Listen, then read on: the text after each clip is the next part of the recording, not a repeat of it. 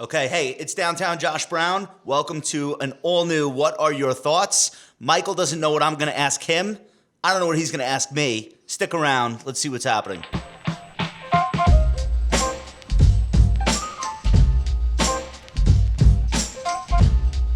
Okay, first things first, Mike. I want to start with an apology.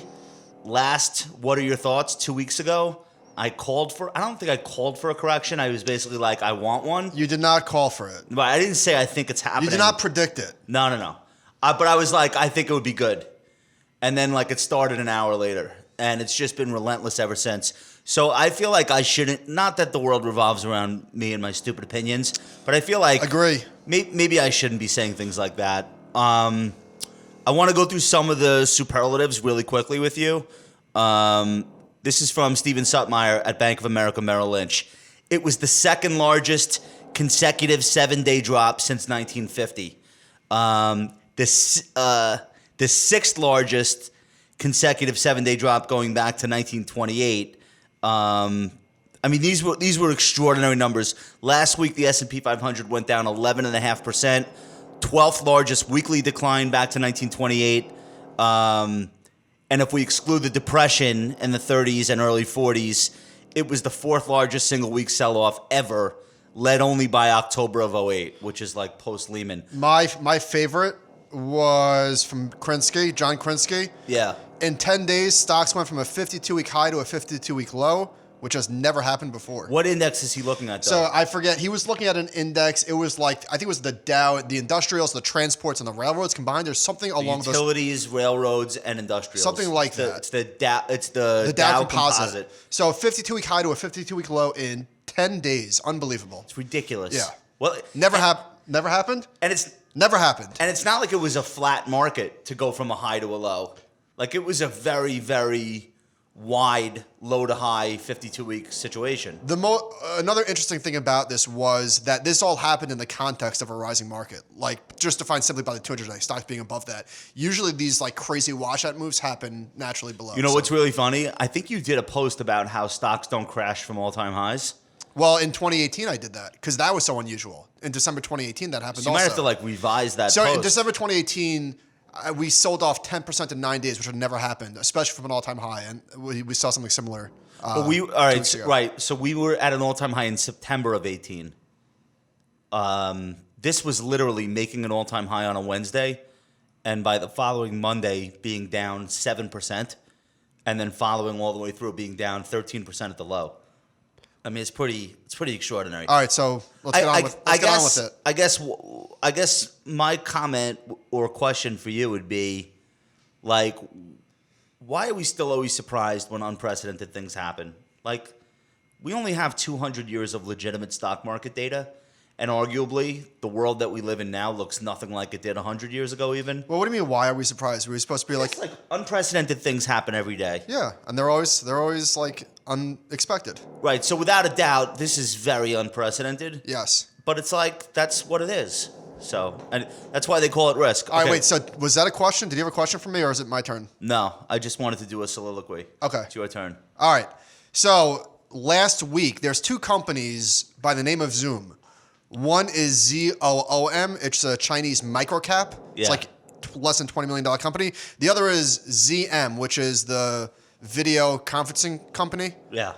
And people were flocking to ZM, rightfully, because if people are staying home due to full disclosure, I own a little bit of ZM. Not to brag. So if people are staying home because of the virus, then it makes sense that the stock is going to do. If business travel is going to be curtailed, right. This is how people will do meetings. All right, so what happened was ZM did do well, but ZOOM, it's such a thinly traded company, went up 50% in a day. Now, I want to ask you this. Obviously, that's silly and whatever, LOL, but do you think that there are genius investors who bought it because they know how dumb people are? Yes. That's exactly what I think. Anytime there's a biotech where they announce a cure for something or whatever, people find a similar symbol in a penny stock and they just say, what the hell? Let's see how dumb people are. And they're proven right every time. And it's either a dumb algorithm that buys the wrong ticker, or it's really dumb people, or it's enough people playing that greater fool game where there really aren't any fools. It's just everyone in there thinks they're going to outsmart the next person who comes along. I don't know, but I think that's exactly what it is. And one more comment, just because like it's whenever you see stuff, it's always like people LOL EMH, right? People laugh at the efficient market hypothesis. Yeah. Not every time people are stupid does the thesis get like disproven. Oh, there's no such thing as the efficient market because 12 people bought a penny stock Right. by accident? Right. Yeah, it's stupid. That's even dumber. All right. What is this bullshit with base case, bull case, bear case? I'm seeing more and more of this. I mean, it's always been around, but when I read sell-side strategists and their targets for the year, and even on individual stocks, this is now the base case that every analyst gets 3 swings of the bat.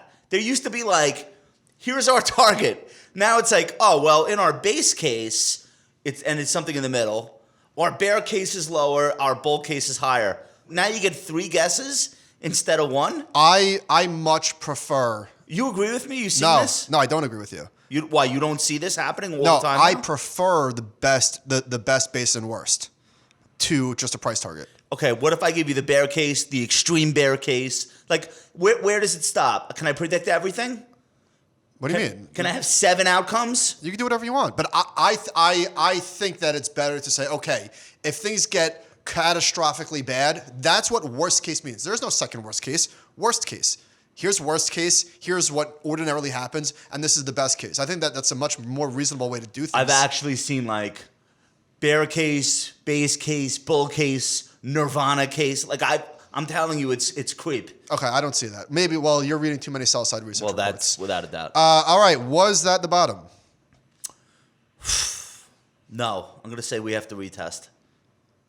I don't know why. I just think the headlines are going to get worse. I don't know why. Well, I'm just telling you, like, I think the headlines will get worse. They're, as we're taping this, Well, they're definitely they're closing a high school in the they're Bronx. definitely going to get worse. I guess the question is, will they be worse than expected?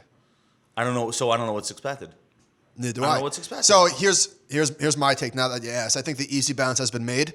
Last week, almost 95% of stocks were at a 10-day low. Had to bounce. 95% of stocks Yeah. were at a 10-day low. Yeah. Again, that's very short term.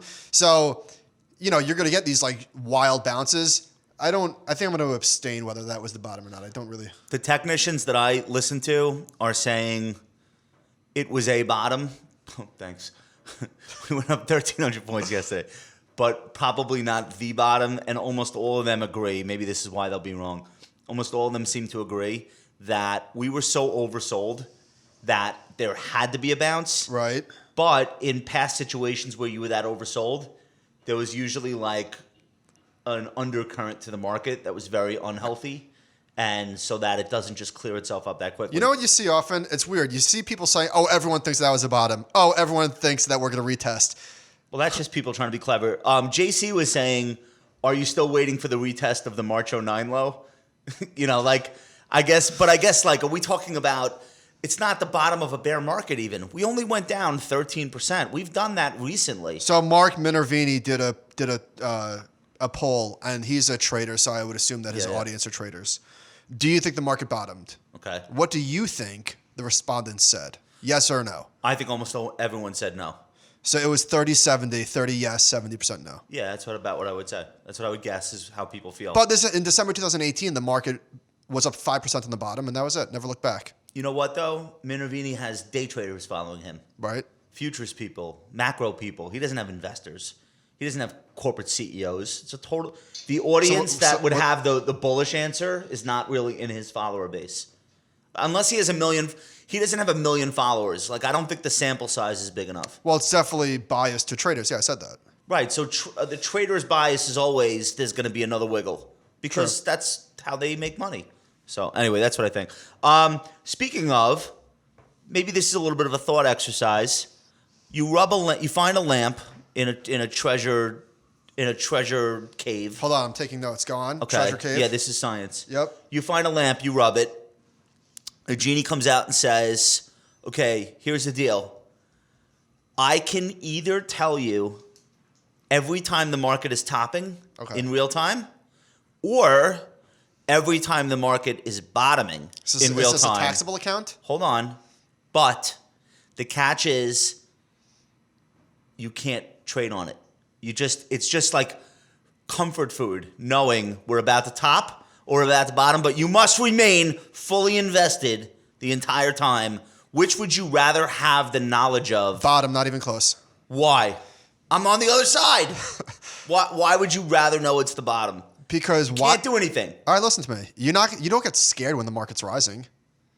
So Some people do. I mean, really? Yeah, because versus when the market is falling. Pessimists do.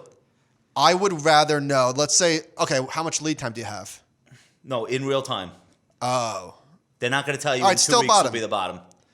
They're going to say this is the bottom.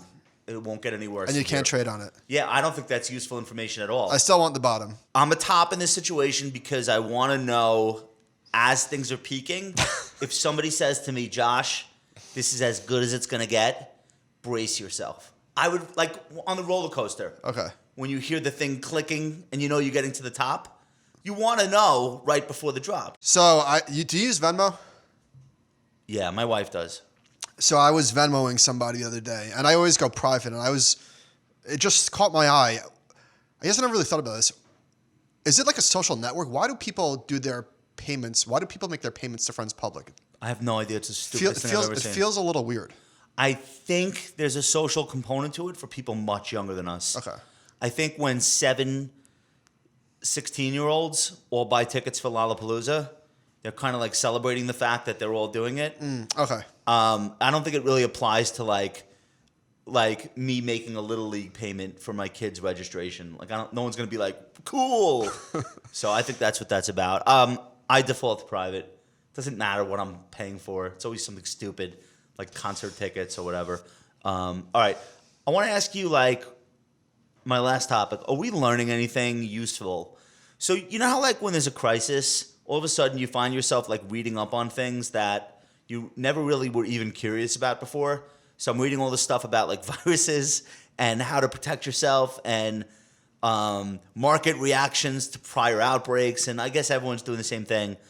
Is this going to come in handy in 5 years or in 10 years? Or are we going to forget everything and just have like this one opinion about how things will turn out the next time because of however this turns out? Like, what are your thoughts about that kind of like research on the fly because everyone's talking about some new topic? It's a big question. Right. I mean, you must be reading as much as I am about. No, I'm not. I don't get it. I don't delve deep into the transmission mechanisms. You don't become a 30-second expert like I do? And it's not that I don't care, but like it's just I don't want to read about it. But you have read a lot about like Spanish I've read flu and all about that as it stuff. relates to the market, but I'm not reading about the science of it because Right. it does. It's not. Because you're not going to be able to help anybody with anything that you learn. You're not a doctor. It's the foreign language to me. I don't know. It's just that's not my knee-jerk reaction is not to learn everything I need to know about it. Obviously, people have different personalities. That's not mine. I noticed that a lot of people a generation older than me. Oh wow, Fed cut by 50 basis points. Oh, Stocks- forget everything I said. Stocks are rallying. We don't have to Bottom. We don't have to retest. Bottom. I guess like what I'm saying is that a lot of people a little bit older than me. Wait, hold on. Can we address this? The Fed just cut rates by 50 basis points. Yeah. Are you kidding me? Everyone thought they would. Every single person you know thought they would. It's not a surprise at all. The timing might be a surprise, but they said there's going to be a meeting between all the heads of central banks today. What'd you think they were going to do? Put out an album? Like this is what central banks do. All right, let us know what your thoughts are. We love your feedback, as always, on any of these topics. Go ahead and subscribe to the channel if you have not already. Join more than 26,000 subscribers as full-time members of the compound. That way you'll never miss an update. Go ahead and like this video if you liked it. And if you didn't like it, that's okay too. We will be back with you very soon.